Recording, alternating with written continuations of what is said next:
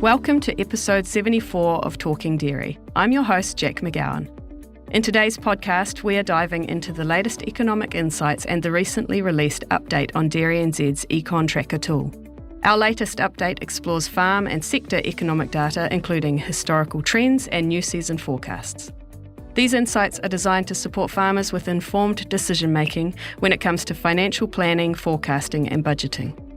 We'll be talking with DairyNZ's Head of Economics, Mark Storey, and South Waikato farm owner, Louise Collingwood. Mark will share key insights about the sector's current economic position, what factors have shaped this landscape, and what to be mindful of for the season ahead. We'll discuss the role of the Econ Tracker and how farmers can use it to inform their decisions. And Louise will share her experience navigating the current economic conditions as a farm owner and her tips for planning ahead. Kia ora, Louise and Mark. Welcome to the podcast. Mark, are you able to share a bit about yourself and what got you interested in economics and led to your role here at DairyNZ? Good morning all. I started off with economics at university. I did my undergrad degree in economics and political science, and I've always liked dealing with large-scale problems, and economics is a pretty good tool set to approach some of those issues. I sort of got into natural resource economics and environmental economics. It was sort of my specialisation. I come from a farming background and my first job was at MPI, and then I sort of started off in trade policy, and that took me into quite a lot of global stuff. So I spent quite a lot of time overseas. I've worked with agriculture sort of off and on over my career, but I've worked with other sectors like energy and finance and transport. And the opportunity came up for me a few years ago to apply for this role as head of economics at DairyNZ. And it was the right timing for me and the right role, and sort of coming full circle back to my roots. So I really kind of jumped at the opportunity, and here I am. Thank you very much. So what's your farming background? My family farm in the North Waikato, a dairy farm. My extended family are still all very much, the majority of them, in the dairy business as well. So it's kind of cool to have semi-informed discussions with my family members at times. Very nice. Even though they may not quite endorse exactly how informed they think I am, but there you go. That's life being an office person rather than someone on the farm. That's right. And I think our families are often our greatest critics as well. Keep us honest. Can you give us an overview of the current economic environment that farmers are operating in?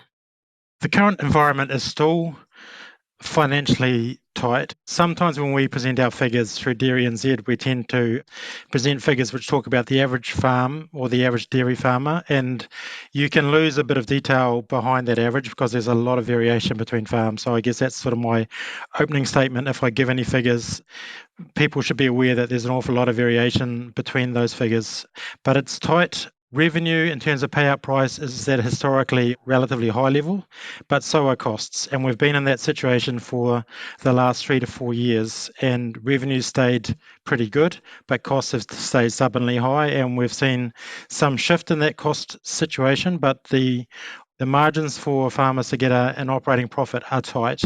That's the current situation, even in the context of a historically good payout price. Thank you. Louise, we're interested in your background. How did you come to be a farmer, and tell us about your farm? I'm actually from Wellington. I was a born and bred townie. So went to Massey and did a degree in agriculture. Actually came and worked for DairyNZ. Was my first job out of university many, many years ago under a different name. And then I met my husband, Tony. He's a rural banker. And we ended up purchasing our first farm almost 20 years ago. So we're 350 cows on 100 hectares just north of Aotearoa. And this season, 1st of June, we just purchased a second property.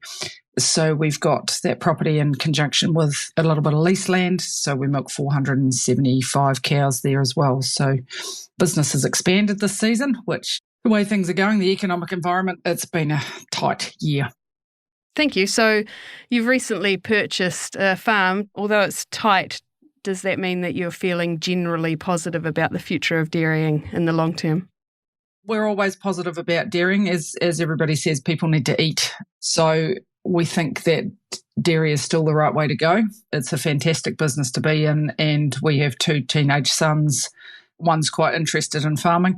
The other one, not so much. He'd just like to own the land and not do the work. But that's teenagers for you, isn't it? But it's part of what we want to be able to help our family with in the future and have something for them. It's not just for us. We see it as a multi-generational business that we're setting up. So, Louise, at the start of the season, we were forecasting drought and a $6.70 milk price. What's that been like, and have you been able to capture the gains in milk price? Tony watches fixed milk price quite closely, so we have had a portion of our production for this season fixed in at that. We've been quite lucky. We're actually not too bad down here for drought, so thankfully production is on track. But it was pretty hairy going into the beginning of the season when the payout kept dropping. We had a lot of development work to be done on the farm, which was budgeted for. But it has been particularly tight and a little uncomfortable at times, but that's what we're here for. We tend to try and concentrate not so much on the season, but the long term. Our status quo budget is quite important rather than just what's happening today. Thank you. What are the biggest financial challenges for you currently, Louise? Managing the new farm has been a bit of a challenge, sort of unknown things cropping up that we weren't quite aware of, that we needed to fix, that we needed to get it up to scratch, because this farm's got to be up and running and at full steam pretty quickly because of the economic climate. It's got to pull its weight. We've had a few issues along that side. Probably also for us, as feed is always a big cost. We've got to have that feed in to do the production that we target. So we always set a budget for our feed and we stick to it. We use the 5% of payout rule. So we're keeping our feed costs, including freight, below this level. It's a big cost in our business. So we need to make sure that we fix in our palm kernel price as soon as we can. And we've actually grown, with the new farm, we've grown maize for the first time this year. So that's been quite exciting and quite successful as well. So that's been a really big plus. It's quite a big upfront cost, obviously. And to get a really good crop at the end of it, that's helped significantly. Wages or labour costs are another big cost on many farms. Do you have a team? Yes, we have a team of 5 full-time staff and our amazing relief milker, Kawhirira, who's been with us in our business for almost 10 years now. So we have a good team. We also know that they're an integral part of our business, so we need to pay them well, but also that not all of what they get is just purely wages. We like to concentrate on training our team and providing them with what they need to move forward. And also now that we've got the second farm, we've got the ability to retain people within the business and move them up through the roles a little bit more than we did with just a 350 cow farm. So yeah, wages are a big item, but it's not something that we look at cutting or anything along those lines, because we actually need that team to make our business do as well as it does.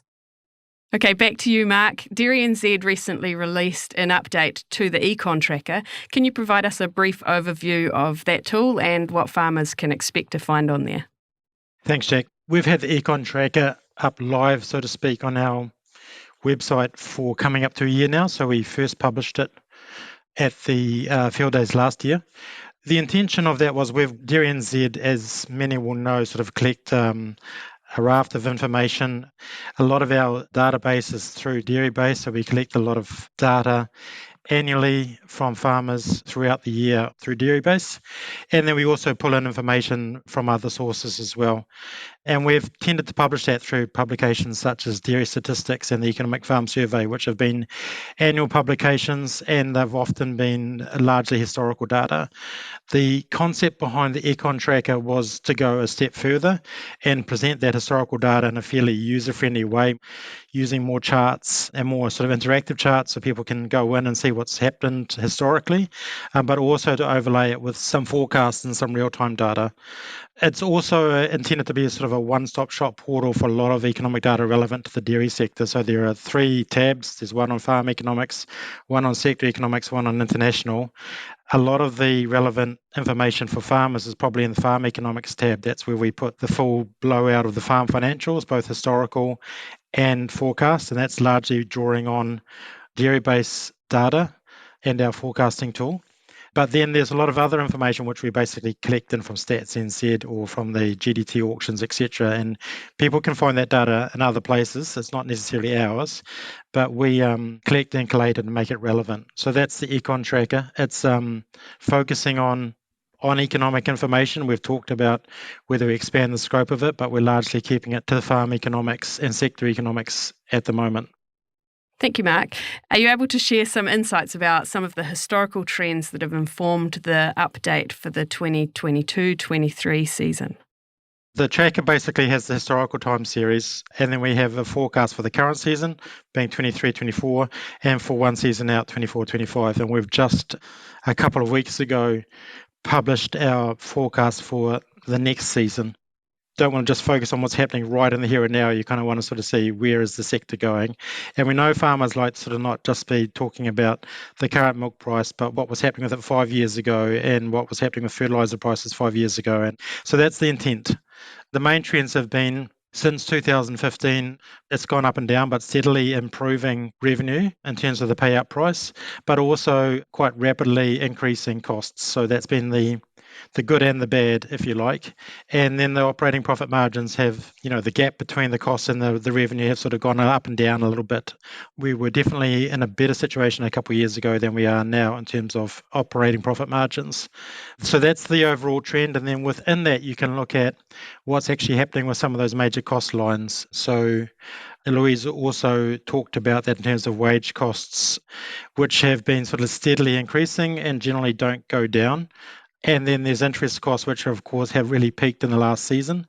That's the tough news. On the other hand, we've sort of seen a spike in fertiliser and feed, which has gone up a couple of years ago and is coming back down to historical levels now. Those are the trends. There's a lot going on behind those different lines.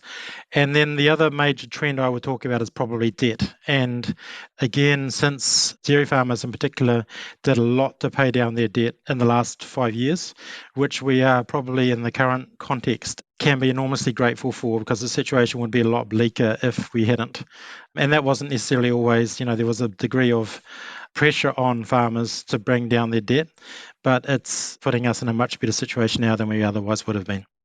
And Louise, over and above your own farm accounts, what information do you use to help with your forecasting and budgeting? You've mentioned the Fonterra fixed price. What else do you use? Our farm personally the home farm has been a dairy baseline farm for many, many years. So we've got a lot of years of our own dairy-based data to look at. Tony, obviously, having been working in the banking industry for 20 odd years, is pretty good at doing budgets and stuff. So that's his forte, is actually putting it down on a piece of paper. One thing that we find really useful, I do all our own GST and bits and pieces through an accounting program. So we've always got our data right here, right in front of us. So we can manipulate that however we need to through the accounting program we use. But we do use the Econ Tracker in terms of it's quite interesting to look at, especially when we set the budget going forward for this season. When we purchased a new farm, obviously we had to scale things up. Using stuff like the Econ Tracker is really good, because you can go, well, hang on, the average farmer in the Waikato spends this on fertiliser, and we're talking about spending this amount, and why is it different, and why is theirs lower than ours or higher than ours? And so it's sort of like a sounding board. You sort of use it as a reference check back to say, hang on, we're spending this, but why is the average different? What's different to us? What's different to them? And why are we spending that? We sort of use the Econ Tracker as a bit of a sounding board, and that helps us sort of set the budgets. But as I say, having Tony or using your bank manager or your accountant or something that's what they're there for. They're invaluable to help you with those sorts of things if you don't have that skill set sitting on the other desk in the office like I do. Yes, very lucky. Yes.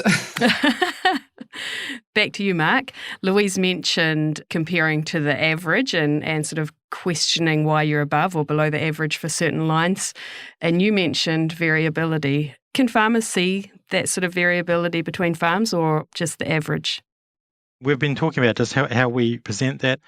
In our other publication, the Economic Farm Survey, we've had a little bit more option to sort of like put out a few bar graphs which basically plot the distribution. So, you take average operating profit and you can plot farms around that distribution, and you can sort of see how big the variation is.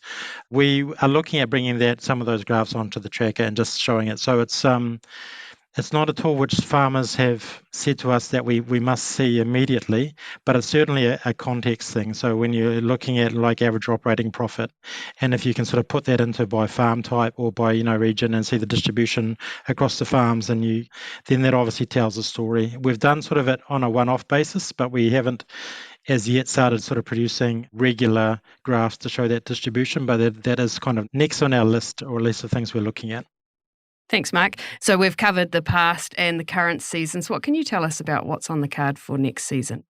It's always a bit trickier when we start to look a season out. We'll invariably get it wrong. My other colleagues here tend to tease me about when I talk about, in typical economic terms, the forecast that there's three things that can happen with prices. They can sort of go up, down, or stay the same, and economists regularly trout that out, and that is, obviously we don't know.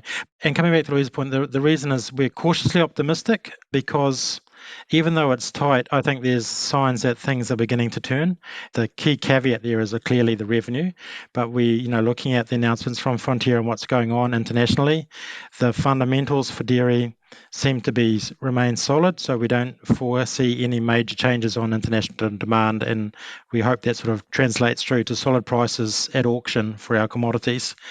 The things that we do expect to see some further softening on are some of those expenses, feed and fertiliser, but possibly by not a lot more than we've seen in this current season. And then we're hoping that we're kind of at maximum pain point on interest rates. So in short, a very similar forecast for next season as for this, where we're ending up, marginally tighter, but also a little bit optimistic that around the corner things will start to improve. Louise, can you tell us about what's front of mind for you next season and any tips you have for other farmers that are listening? Front of mind's probably that it's really easy to get sort of wound up in today and what's happening, and interest rates are high and costs are up and stuff. I think we try and keep a medium-term focus. We focus on the productivity of the farm. It's not just about cutting costs today. We've got to really assess that if you cut something out, what's the long-term impact of that cost? If you go, I'm not going to feed as much feed, or I'm going to cut out a herd test or whatever. For us, the likes of herd testing is really important because that last herd test really helps us with our dry cow decisions. So, if you cut that herd test, you don't have that data. So are you then going to overspend on dry cow? Those sorts of things. So we try to focus for the long term. The farmers have got to perform long term, and it's not just about cutting that cost at the moment. So keep looking at your year-on-year budget rather than just, drilling down and getting obsessed with what's happening now if things aren't going so well. Mark, any closing comments from you? We're just following up on what Louise said. It's looking ahead and looking beyond the current season, sort of seeing where the overall trends are going. It's clearly been tight this season and last, and we're forecasting it to continue to be, but the outlook is, as we say, is positive. We've seen that the economy overall is in a tight space, but we've seen the dairy sector previously and, pull the economy through that.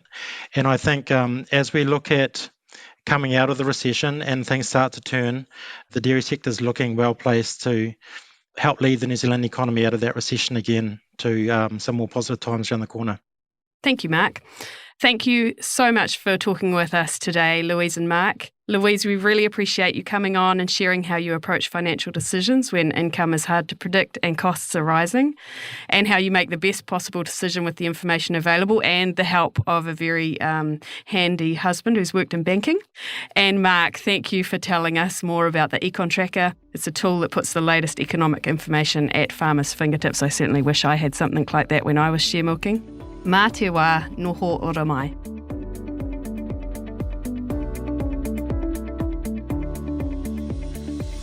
Thanks for tuning in to this episode of Talking Dairy. Check the show notes on where to go for more information on this topic. And if you have any ideas on future episodes, please send an email to talkingdairy@dairynz.co.nz.